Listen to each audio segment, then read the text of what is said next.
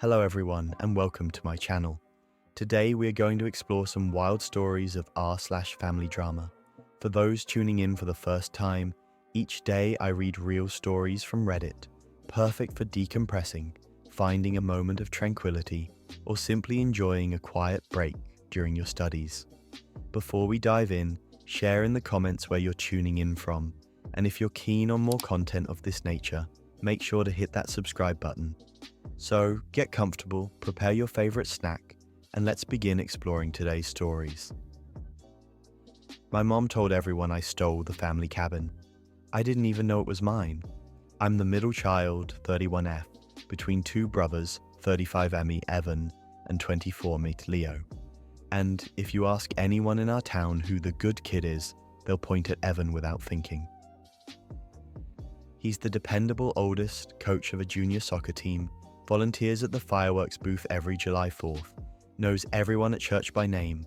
I live 2 hours away, work in tech, never remember potlucks, and allegedly don't come home enough.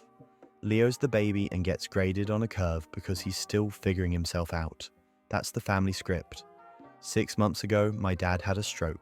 He survived, but it took a chunk of his words and a lot of his balance. The week he came home from rehab, I moved into my old room to help, thinking 2 weeks max. Then I'd set up a caregiver schedule and head back to my life. 2 weeks turned into 2 months of physical therapy appointments, pill sorters, endless calls with insurance, and explaining to mom why dad can't have grapefruit juice anymore. Evan came once a week to mow and pray over the yard, and Leo would occasionally show up at 10 p.m. with smoothies and stick around long enough to make a mess in the kitchen. The 4th week, I started a Google Calendar for my dad's meds and PT, and send it to the family group chat with color coding and reminders. If we do this consistently, he could get back most of his mobility. Evan replied with a thumbs up emoji. Leo heart reacted and said, "You're heroes." Mom called me into the living room and said, "I don't want the boys feeling micromanaged. It's been like that my whole life. Me doing the invisible work and somehow coming off as bossy while they collect gratitude for showing face." Anyway, the cabin. My grandparents built a small A-frame by a lake an hour from our town back in the 60s. It was our escape. Grandpa taught us to fish there. Grandma taught me to cheat at cribbage. After they died, the cabin became this ghost that everyone talked about, but no one actually used. Leaky roof, raccoons in the attic, the deck rotting in a way that should be a PSA. Still, we kept paying taxes on it because we're sentimental, and because saying we're selling the cabin would start a nuclear winter in our family group text. 2 months into Dad's recovery, Evan and Mum called what they called a house meeting. They made coffee like it was an event. Evan did the pastor voice he uses when he wants to sound objective. "We need to talk about the cabin," he said. "It's a financial drain and Dad can't maintain it anymore. I think it's time to sell." Dad, who was sitting in his recliner in his pajama pants and college sweatshirt, took a long time to say anything. Searching for words is like fishing with a bent hook now. He pointed at me, then at his chest, then opened his hand like a fan. Mom rubbed his shoulder and said, "He agrees, it's the practical thing." I said, "Can we wait a few months? It's his life's place. He just got home." Evan said waiting would cost money we don't have, and that he'd already talked to a realtor just to get numbers. I asked when he had time to talk to realtors, because I could barely keep up with prescriptions. He said, "Some of us are busy too, Maya." Then he looked at Dad and said, "It's what you'd want, right? For us to be responsible?" Dad stared at the family photos on the wall like they were strangers. I didn't have the energy to fight then, so I said, "Show me the numbers." Evan slid a folder across the table like a movie villain. Inside were photos of the cabin, half of which I'd taken and texted him, a list of comps, and a rough breakdown of taxes and repairs. It actually made a decent case. But there's a difference between can and should, and I didn't trust their definition of we. After the meeting, I found Dad awake in the den at 2 a.m., TV on mute, watching a fishing show where nothing was happening. His hand was drumming a rhythm on the armrest like it used to when he drafted emails. I sat on the ottoman.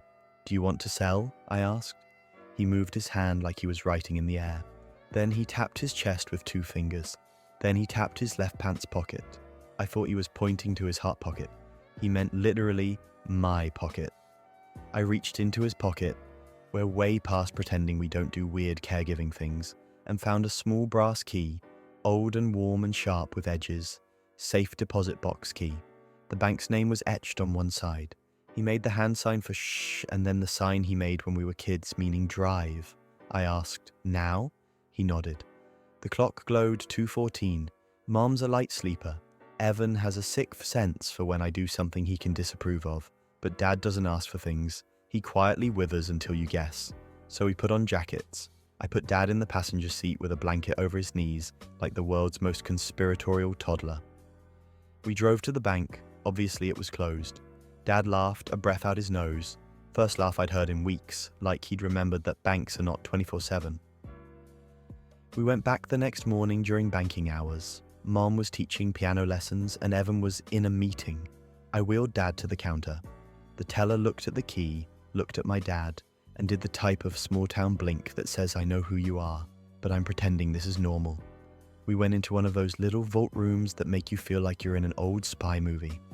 Dad's hands shook while he slid the box out. Inside, manila envelope, handwriting that wasn't his, Grandma's, that neat slanted script with the capital G like a flourish. The envelope said, for Maya. My hands went numb. I looked at him. He nodded, the most emphatic motion I'd seen him make since the stroke. Inside the envelope, a letter from my grandparents, dated the year I turned 18, telling me they were proud of me, for being the kid who woke up early to help Grandpa with the doc, for sneaking extra cherries to Grandma when her doctor said she couldn't have sugar, for being the one who asked questions no one else wanted to answer. There was a short paragraph about each grandkid. Mine was the longest, which made me cry and also made me feel like I was betraying someone. There was also a deed, the cabin's deed, transferred to me. It had been recorded properly with the county and everything. The letter said, softly and without any drama, that they wanted the cabin to belong to the one who keeps the light on. They believed I'd either fix it or let it go with kindness, but that it should be my choice. The paperwork showed that my parents had been co-trustees, and this transfer happened quietly, legally, 2 months after my 18th birthday. I sat there in the little vault room, feeling like a magician had pulled a rabbit out of my chest. Dad squeezed my hand. He was crying. When we got home, I asked Mom, "Did you know the cabin is in my name?" She didn't blink. She said, "Don't be ridiculous." I showed her the deed. She went pale in a way I've only seen once, when the nurse told us the stroke was ischemic. She recovered fast. "Well," she said, "we always intended to treat it as a family asset." I said, but it's not a family asset. Grandma and Grandpa decided." She said, "Your grandparents were sentimental. We're practical. We can't let one person's whimsy bankrupt all of us." I said, "They were your parents." That's when she did what she always does, pulled out the mom ledger. "Who held your hand after your tonsil surgery? Who edited your college essays? Who drove you back to campus when your car died? Who took out a second mortgage when Evan needed to start his business? Family sacrifices. We don't keep score." Except, she just kept score. I told her I wasn't agreeing to a sale, not while Dad was still recovering, and not until I'd seen the cabin myself and figured out what repairs would actually cost. Her voice went brittle. "If you want to be selfish," she said, "that's your choice." 2 hours later, Evan texted, "We need to talk. You blindsided Mum. This is not how family handles things." I replied, "I didn't blindside anyone. Grandma and Grandpa gave me the cabin. I just learned today because Mum never told me." He said, "You think I knew?" I said, "Did you?" He didn't answer for an hour. Then, "Does it matter?" That night, Mom made chicken parm and set the table like a truce. Halfway through dinner, she said very calmly, "We're going to tell the cousins that you decided to keep the cabin for yourself. That way, when they ask for summer weekends, they'll know to ask you." She smiled like a person saying something polite. I nearly choked. Dad put his fork down with a clatter that felt like a small earthquake. "No," he said. Just that, clear as glass. The silence afterward felt like the world tilted slightly off its axis. Dad tried to say more, but the words stuck and came out wrong. A tangle of sounds. He slapped the table in frustration, not at anyone, just at his own mouth. I took his hand. Evan said, "Let's not stress Dad." Mum said, "Exactly. We should be united." I said, "We can be united around the truth." She scraped her chair back. The The truth is that your grandparents never understood how many burdens your father and I carry. The truth is that Dad's fist hit the table again, and he pointed at me, then at his own chest. Then he made the little fishing casting gesture he used to teach us. Her, me, cabin. The pieces rearranged in my head. He wasn't saying the cabin is mine, I already knew. He was saying we, he, and I would decide. I took him to the cabin the next morning. The deck was worse than I remembered. One board literally disintegrated under the toe of my shoe. Raccoon poop in the entryway. A note from a neighbor tucked in the doorframe. We've been keeping an eye. Call if you need a hand. Rita, lot 12. Dad sat on the sun-warmed step and closed his eyes. I watched his shoulders release like a place can lower your blood pressure. We walked the perimeter slowly. He touched the side of the house as we went, like he was reading Braille. He peered at the lake through the trees, the same way he always had, measuring wind on the water with his eyes, as if even the ripples had grammar. He looked at me and said haltingly, You do. I do what? I asked. Keep, he said. Then fix or sell. You do. I thought my heart would break wide open. I called Rita from lot 12. She came over with a mug in one hand and a toolbox in the other, because of course she did. She's in her 60s, sun-browned, the kind of neighbor who keeps spare screws labeled by size in a tackle box. She told me which contractors were good and which ones overcharged. She gave me names, numbers, and a post-it that said, Tell Frank you're Walt's daughter, my grandpa. He'll knock 10% off for Walt, she said. We all still owe Walt. Then she whispered, Your mum already told people you're selling. Half the lake knows. I drove back furious. When I walked in, Mum was on the phone saying, We're listing next week. She hung up when she saw me. What? She said, pure innocence. I thought you'd made your decision. I said, I have, I'm not selling. She looked at me like I'd spit in her coffee. You live in a one-bedroom apartment and you can't even keep a plant alive. Then it's my plant to kill, I said, and I hated how petty it sounded. Evan came over that evening. He started with diplomacy. Look, we can structure the sale so you get a chunk. We're not trying to cheat you. Stop talking like you're my accountant, I said. You don't get to split proceeds from something Grandma and Grandpa gave to me. He said, it's a family asset even if the paper says otherwise. Words mean things, I said. He rolled his eyes so hard I could hear it. In the end, I told him this. I'm keeping the cabin for a year. I'll assess repairs. I'll either fix it enough to make it usable, or I'll decide to sell it on my own terms. In the meantime, I'd like help with Dad 3 days a week, because I have a job that is not casserole coordinator. Mum said, I'm not bribing you with your father's health. I said, that's not what I asked, but thanks for saying the quiet part out loud. She stood up, took a breath, and said, I'm very disappointed in you, Maya. I said, that's okay. I'm not a church raffle. We haven't spoken much since. Update 1, 2 weeks later. Leo surprised me. He showed up at the cabin with a toolbox and a YouTube degree in deck repair. He'd been quiet during the whole asset conversation, drifting in and out, trying not to get yelled at. He texted me, can I come up? I'm not good at talking, but I can rip things apart and sometimes put them back together. We spent all day pulling rotten boards and laughing at a raccoon that looked like it owed us money. At sunset, we sat on the steps with pizza. He said, I hate how you and Mum fight. She's meanest to the ones she thinks are the strongest. I said, she thinks you're not strong. He shrugged. That's why I get to be a mess. He took a breath like he'd been holding it for years. I knew about the deed, he said. I saw it once. Mom had it in her desk when I was 14. She told me if I said anything, I'd make everything harder for Dad, because Evan would hold it over him. I didn't understand, but I kept the secret. I'm sorry. I wanted to be furious, but he looked so small and sincere. Thanks for telling me now, I said. He nodded. Evan knows too, he added, almost apologetically. He pretends he doesn't understand the legal stuff, but he does when it helps him. That night I called Evan. We can either do this like siblings or like adversaries. Siblings is cheaper. He said he wasn't interested in drama. I said, then stop creating it. He hung up on me. Update 2, 1 month later. Dad had a good speech day. Out of nowhere he said, letter, tell. So we did something I wasn't sure we'd ever do. We sat Mum down and read Grandma's letter aloud. I read it slowly, the part where Grandma said she'd seen who keeps the light on. Mum stared at the wall and didn't blink. When I finished, she said in a voice so flat it scared me, "Your grandmother never liked me." Dad said, thick but clear, "Yes, she did." Mum flinched. Then all the air seemed to leave her at once. "You think I don't miss them?" she said to no one. "You think I don't wake up at 2 in the morning making the grocery list in my head? You think—" She stopped. Then, "Fine, keep your cabin, keep your lake. Don't come to me when the roof caves in." I said gently, "I'd come to you if you wanted to come to me."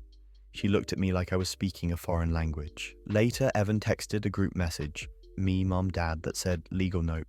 If you die, the cabin should go to the family. We should set that up now." I stared at it for 5 full minutes. Dad sent back, "No, just that." I laughed so hard I cried. Update 3 months later. We fixed the deck, Leo and I plus Frank who owed Walt. Rita taught me how to winterize the pipes. Dad comes up every Saturday if his legs will cooperate. We sit on the steps and he tells me stories in fragments that I somehow understand anyway. The lake is low this year, little rings of sand like tree rings at the edge. I started keeping a notebook in the kitchen with cabin things. What we fix, what we learn, who helped. The first page says, "Keep the light on" in Grandma's handwriting. I traced it from the letter. It makes my chest ache in a good way. Mum still won't come. She sends practical texts about Dad's blood pressure and church announcements, but doesn't ask about the cabin. Evan, to my knowledge, has not told the entire town that I'm a selfish witch, which is progress. He hasn't been up, but he did drop off a new first aid kit and a box of light bulbs at my apartment with no note. I'm choosing to read that as peace. Here's the part I didn't expect. I don't actually care as much about the cabin as an object. The roof lines are crooked, the kitchen smells like cedar and mice, the dock is a tetanus playground. But every time I sweep the entryway or scrub raccoon handprints off the window glass, it feels like I'm taking care of more than wood. It feels like I'm finally doing something for me that isn't a reaction to someone else's disappointment. Maybe that's selfish, or maybe it's what my grandparents meant all along. I don't know what we'll do next year. Maybe I'll sell. Maybe I'll rent a dumpster, tear out the mouse hotel cabinets and learn to tile. Maybe Dad's words will keep coming back, one at a time, like stubborn birds. I know this. When silt collects at the mouth of a river, you dredge it or the water goes somewhere else.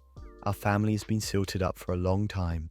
Secrets layered on resentments, layered on martyrdom, layered on we're practical. I'm not a miracle worker, but I can dredge my part. I can put up a solar light on the porch and make sure it's on even when no one is there. Last weekend, Leo stood on the new deck and said, "If we had a raft, could we make it to the little island?" I said, "Probably, if we were careful." He grinned like a kid. "Let's be careful." We weren't. We fell in. We came up laughing. Dad clapped from the steps. Mum would have had a fit. Evan would have made a spreadsheet. For a few minutes, there was no ledger, no deed, no family asset. Just cold water and sun, and the three of us, loud with the kind of laughter you don't see coming. That night, Rita knocked and handed me a key on a yellow lanyard. "Spare for lot 12, she said, "in case I'm not home and you need a ladder." I hung it on a nail by the door next to the cabin key. 2 keys swinging, a small, bright sound in the quiet. I texted Mom a picture of the sunset over the lake from the front step. No caption. She didn't respond, but 2 hours later, she sent a recipe for Grandma's blueberry buckle. No caption. I made it in the tiny oven that runs hot on one side and burns the edges if you don't turn the pan halfway through. It tasted like summers before we knew how to be cruel to each other. This isn't a triumph story, it's not even done. But the porch light's on. My sister swapped Grandma's ring with a fake, and the proof is in a shoebox subreddit, our family drama. Flair, long update, I'm the oldest, 33 female. My sister Nora is 30 female. And our brother Jamie is 27 male. Our grandma died 5 years ago and left behind exactly 2 things anyone fought over: her recipe box and her engagement ring. The ring isn't Cartier or anything, but the stone is old cut, set low in a warm gold band, and it lived on Grandma's hand for 62 years. We all grew up watching it flash when she stirred soup, when she clapped after school plays, when she squeezed your fingers during church. It is the sound of her laugh somehow made visible. Grandma's will was basic and loving. The ring to my first granddaughter to marry. That was me by default back then. I was engaged. But the wedding blew up. Story for another day involving a joint bank account and $3,000 spent at a wellness retreat that turned out to be a cryptocurrency seminar. I called my mum and said, I'm postponing. She said she was proud. I mailed back deposits. We ate the Costco cake in my apartment with plastic forks and called it a party. 2 months later, Nora got engaged to her boyfriend, a charming man with the emotional range of a teaspoon, the kind of guy who says, I'm just being honest when he's being cruel. Everyone loves him because he carves turkeys and plants tulips. I wanted to love him. I wanted to be the cool, supportive sister who knew the ring clause by heart and didn't make a fuss. You should have it, I told Nora. Grandma would want you to wear it. I said this through a tight throat, but I meant it. My mum took us to her closet where she keeps the sacred things in an old hat box. Photos, the recipe cards that smell like nutmeg and paper dust, and a smaller velvet box. She opened it. The ring inside looked like the ring. Same setting, same band, same soft low glow. I pressed my thumb to the underside like I always did as a kid, and felt the tiny groove where Grandma's band was repaired after she slammed her hand in the Buick door in 1979. It was there. It felt right. We all cried like a Hallmark commercial. Fast forward 2 years, Nora's marriage is performatively perfect. She posts about married besties and date night after meal prep. She also texts me late at night to say she feels like she's disappearing. I tell her to find a therapist. She says therapy is for people with real trauma. I tell her that's a myth. She says she'll think about it. Then she posts a photo of the ring over a salad. Last month, I took Mom to get a small chip in her front tooth fixed. She bit a fork because she reads the news while eating. This is our family. After the dentist, we stopped at a jeweler to have my watch battery replaced. Mum wandered to the estate case because Mum is a magpie. I'm bored scrolling my phone when I hear her say, huh. I look up. She's staring at a ring. It's Grandma's ring. Not a cousin, not a look-alike. Grandma's ring. The old cut stone with the wonky facet at 6 o'clock. The band with the gentle warp you can only see if you squint. The nicks from decades of countertops and gardening. The jeweler lifted it out, and my body did that weird hot-cold thing you get when a memory walks into the room wearing someone else's shoes. I said, that's not possible. Mum said, it's not. The jeweler, kindly because he had the face of a man who's seen every flavor of meltdown, said, estate pieces find their way home sometimes. He tapped a loop on the glass. Want to see the engraving? He tilted the ring so the inner band caught the light. There, right where Grandma had it done after Grandpa came home from the Navy, were the initials and date, W+E 1957. My grandfather Walter, my grandmother Elaine. My knees went weak. Mum said very calmly to the jeweler, where did this come from? He looked at the tag. We bought it off a private seller last year. We don't keep names in the case record, but I can check the log. He went to the back and came out with a clipboard. He scanned, then paused. I can't disclose, he said, expression going professional. But the seller provided proof of ownership, a photograph of the ring on an older woman's hand, a scan of a handwritten note, and a family photo to corroborate. He could not legally tell us. He didn't need to. Mum's face had gone blank in the way it does when she is very, very angry. We left, watch battery forgotten. In the parking lot, she sat in the passenger seat with both hands folded around her purse, like a life preserver. We gave Nora something, she said in a small voice. We didn't give her this. When we got to Nora's house, her husband was raking leaves in neat, anxious lines. Nora opened the door with a smile that didn't touch her eyes. She was wearing the ring, but not that ring. A ring that looked almost exactly like it. Same shape, same setting, same warmth. But the stone was slightly higher. The band lacked that tiny groove my thumb remembered. The wonky facet was too perfect. If you didn't know, you'd never know. Mum said, where is Grandma's ring? Like a gun going off in a library. Nora blinked. This is Grandma's ring, she said. Light, practiced. She lifted her hand like an influencer. See? Same. You're being weird. I walked to the kitchen. I opened the freezer because I didn't know where else to look. My grandma kept cash in frozen waffles. Our family has traditions. Nothing. I checked the junk drawer. Batteries, menus, 3 Allen wrenches, an orphaned key. I turned around and both my mother and my sister were watching me. One horrified, one offended. "Don't search my house," Nora said, color climbing her throat. "What is wrong with you?" Mum said, quieter now. "When did you sell it?" You know that moment when you realize someone you love has already told themselves every story they needed to survive the thing they did? Nora exhaled.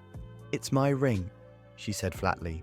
"Grandma left it to the first granddaughter to marry. I'm married. It's mine." Mum's voice broke. "She left it so you'd wear it," she said. "Not so you'd flip it."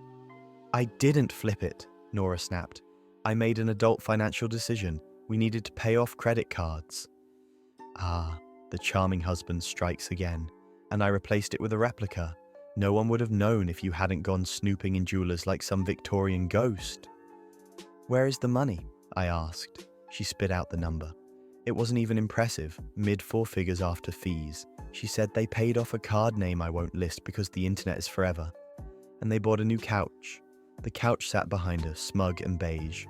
Mom sat down slowly at the table as if gravity had doubled. "You didn't even ask," she said. "You didn't say, 'Hey, can we talk about it?' You didn't say, 'I'm in trouble?'" Nora's face did a twist I recognized from childhood. The one that means, if I admit I did wrong, I'll drown. She said, "You would have said no." "Maybe," Mom replied, "and then we would have figured out something else." I said, because I couldn't help it. "You wore a fake to the funeral last month." We had an aunt pass. Nora had posted a hand-holding photo captioned, "Family is everything." She flinched. Her husband came in with leaf bits on his sweater and said, "This is getting dramatic." He looked at Mom. "It's a ring. It's a rock. Your daughter made a smart move." "It is not a rock," Mum said. And for a second I saw the woman who kept the lights on through layoffs and braces, and the year Dad forgot birthdays. "It's a promise." We left without touching the couch. I didn't sleep. I kept seeing Grandma's hands, wrinkled, soft, smelling like Pond's cold cream, reaching for mine, except the ring wavered like a mirage. The next morning, I drove back to the jeweler. I asked if the ring could be put on hold. He said yes for 72 hours with a deposit. I put down the deposit with shaky hands and my emergency funds lungs. Then I did the thing I didn't want to do. I texted our brother Jamie. Jamie is conflict avoidant in the way that looks like chill, but is really a full-time job of not being inside his own body. He came over with coffee and a neutral sweatshirt. I told him everything. He closed his eyes for a long time. Then he said, "Nora pawned Grandma's guitar when she moved in with Ben's sophomore year. Do you remember that?" I did not, because apparently we were all sleeping through our own lives. She replaced it with a Craigslist special and hoped no one would notice. Mum did. She noticed the burn mark on the headstock was gone. He looked at me. She forgave her then too. Mum has been collecting quiet humiliations for years, like buttons in a jar. I went back to Nora's. She didn't let me in right away. When she did, her mascara was smudged and the house smelled like new vacuum.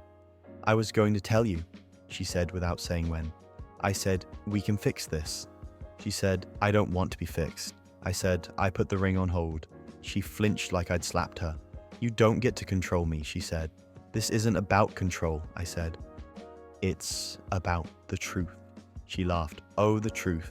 You and your truth, like it's a trophy." She paced. "Do you know what it's like to be the second daughter? To get hand-me-down everything? To hear your sister did it this way? Like there's a right way to be a person?" She looked at me, eyes bright with a decade of swallowed resentment. The ring was the first thing that was mine, and not contingent. "I made a choice," I said softly, "and it hurt people who love you." "I'm always the villain in your stories," she said. "That hurt because there's a little truth in it. Sisters write each other as archetypes and get mad when the other refuses the role." I told her I wanted to buy the ring back if she couldn't. She stared. "With what money?" she asked. I told her about my emergency fund. She laughed again, uglier this time. "Of course you have an emergency fund," I said. "We can split it between us. Jamie can help." I hadn't asked Jamie. I was betting on his good heart. It was rude. It was necessary. She said, No. Then she said, maybe. Then she said, if I give you something, will you shut up? Give me what? I asked. She went to the bedroom. She came back with a shoebox, the ugliest, most basic cardboard shoebox you've ever seen, the kind with a size sticker still on the side. She set it down like contraband. Inside, receipts, folded sheets of notebook paper, the little paper envelope jewelers use to put your ring in when they clean it. On the envelope, in Nora's careful schoolteacher handwriting, I'm sorry. Underneath, a letter. It wasn't addressed to anyone. It was addressed to the version of herself who would someday admit what she'd done. I think. It said she felt small and tired and like her marriage was a performance she was failing at. It said she sold the ring because she wanted one thing to be easy. It said she knew it wasn't easy. It asked for forgiveness she didn't believe she deserved. I said, you never meant me to read this. She shook her head. Then why show me? She said, because I don't want to be the only one who knows. We bought the ring back. Jamie brought cash and a look of a man who will go to war if necessary. We stood at the counter like kids in trouble. The jeweler put the ring on the velvet and pushed it toward us with both hands. He said quietly, I'm glad it's home. We drove to Mum's. We put the ring in her palm. She didn't close her hand right away. She looked at Nora. You broke my heart, she said, voice steady. Don't do it again. Nora started to cry in that way where your shoulders shake and there's no sound. Mum pulled her in and smoothed her hair like we were 6. We make mistakes, Mum said. We make amends. We ate pizza at the table where everything important happens. No one mentioned the couch. Update 1, 1 week later. Nora came over with a grocery bag of lemons. She said, let's make lemon bars like Grandma did when she was sorry. We did. Zest under our nails. Kitchen smelling like summer. She told me she had called a therapist. I didn't cheer. I said, I'm proud of you, and left it there. She said she told her husband she was taking a break from him. She was staying at Mum's for a minute. I wanted to say, stay at mine, but I didn't want to play savior in a story that wasn't asking for one. We took the fake ring to a jeweler and asked them to engrave the inside with W+E 1957 anyway, as a joke and a reminder. The jeweler side-eyed us and did it. We put the fake in the recipe box with a note. This is the ring we wore when we were poor and proud and still learning. The real ring went back in the velvet, and then, this was my mother's idea, we took it out again and put it on Mom's hand, for a while.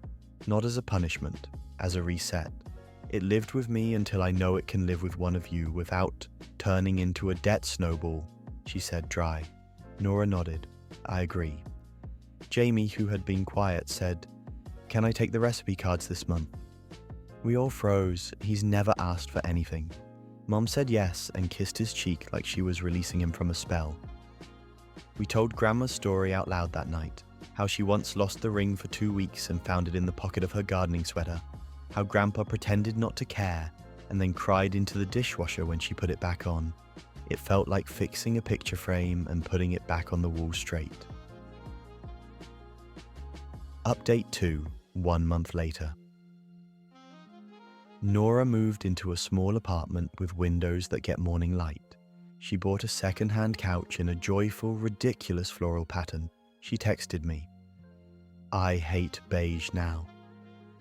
Her husband sent 3 paragraph texts about betrayal and optics. She did not reply. She sent him a simple message through her lawyer about separating finances and returning the television that was technically his. I bought her a plunger and a toolbox, because that's love. She asked to borrow the ring for a dinner with our aunt. I want to tell her the truth, she said. Mom said yes, and Nora wore it like a person who knows the difference between owning and taking care. She returned it the next morning with a bag of bagels and a receipt for reinsuring the policy.